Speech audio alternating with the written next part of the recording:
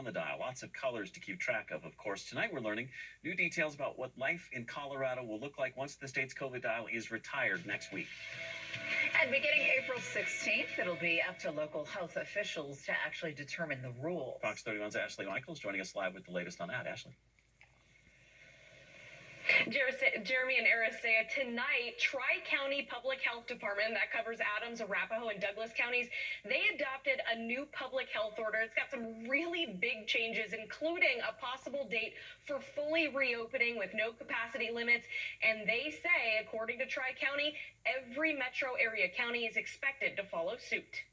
At Itai's Bakery in Denver, their menu now includes a dash of hope. The customers that got their vaccines, they're coming out now. Plus, starting next week, the COVID dial And as we can know still it spread is the ending. virus. At that point, the dial devolves to local government. You're just pushing too far, too And here's what fast. Tri-County is planning to do once the dial is retired. We would extend the use of the dial framework via public health order in our district. Meaning they'll keep using the dial for capacity limits until May 15th. As of last night, all metro counties were planning to follow this and issue a public health order for a 1-month dial extension. But here's the first major change. Douglas, Adams, and Arapahoe, plus any other counties that adopt this system, would immediately move down one level. In Denver, that would mean starting April 16th, Itai's could open at 100% capacity. I'm excited about that because if they, they let us open more, like more tables and more, because right now we are like 60%. Here's the other big difference. That we would be using no longer going forward metrics of cases.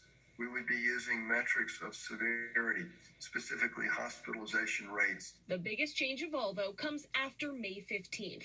That starts a 90-day observation window where businesses can fully reopen with no capacity restrictions unless there's a spike in severity. Honestly, if our counties continue to have metrics of severity as favorable as they have been, the risk is really extremely low. But they're going back up.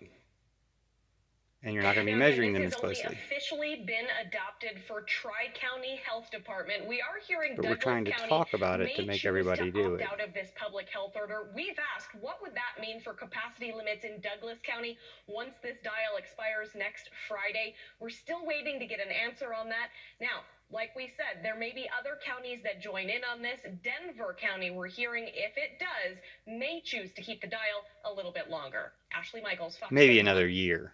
All right, good to know. Ashley, thank you. Shifting gears now to pinpoint what